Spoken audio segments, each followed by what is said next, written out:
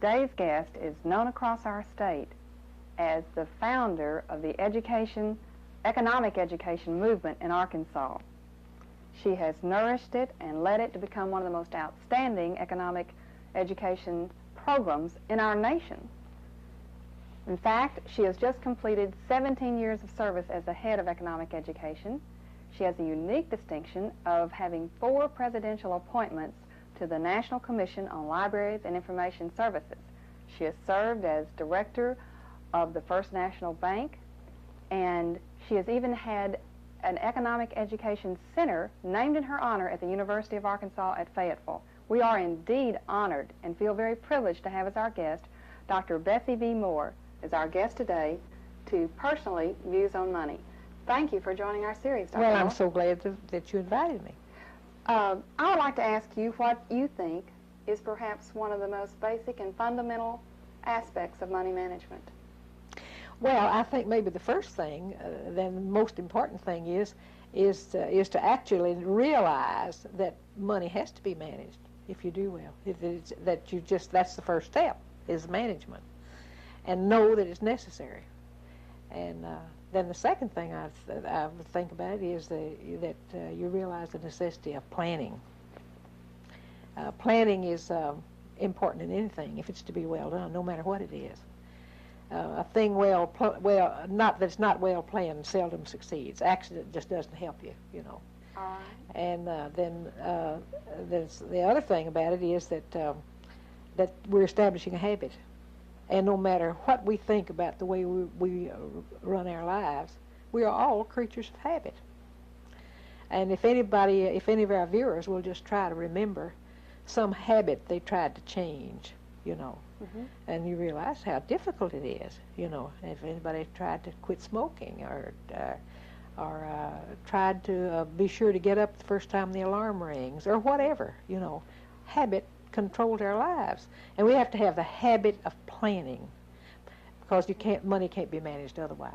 All right. So, if you are having a habit, making a good habit in planning, how important is a budget, do you think, in this? Well, I think it's very important, and I think the way you approach doing a budget is very important. To sit down and say a young couple to sit down and think they can plan a budget in an evening is a great mistake. I think the first step in planning is to look maybe at what the experts say might be, but that's only intended as a guide, because each family's budget is as special as their personality. Do you find a budget helpful to Oh, you yes. personally? Oh yes, I've always kept a budget. And when my husband, who's been dead now 22 years, when we were both working and getting a salary, he had an ambition to save money enough to go in business.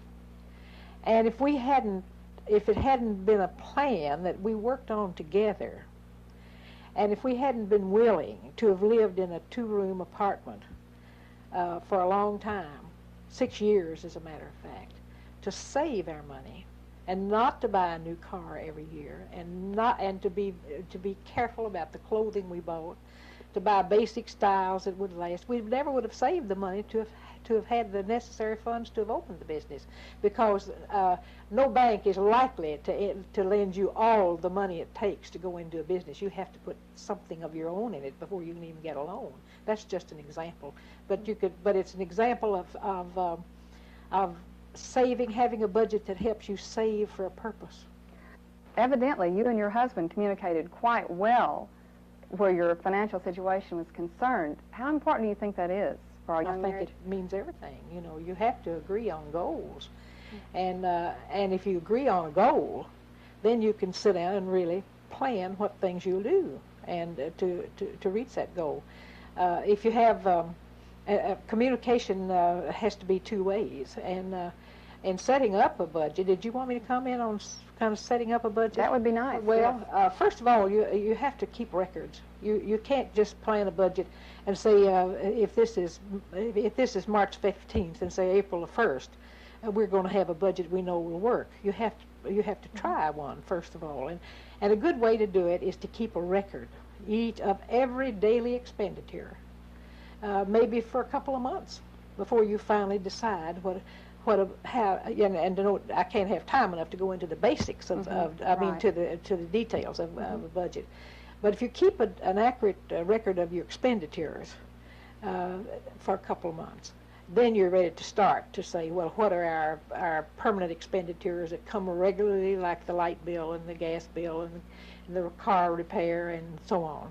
And then you're ready to really sit down and work on a budget. But you have to agree on your goals ahead of time. And if you don't have any, you'd better make some if you're a young couple starting out, or if you're a single person starting out.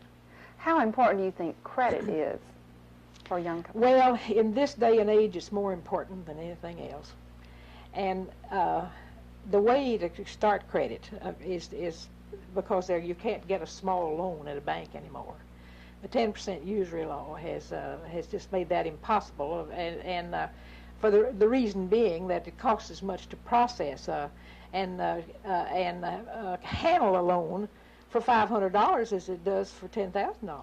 And the 10% usury law has kept finance companies that lend small amounts to people out of this state because they won't come in and operate at all. So it's very difficult to establish a loan when you're a young couple and try it through a bank. You have to do it with a retail outlet. And you establish a credit record by paying on time. And above all, so one of the dangers is buying too many things, and getting in trouble. Yes. And credit cards help young couples do that. They get in trouble with the use of credit cards because it doesn't seem like real money.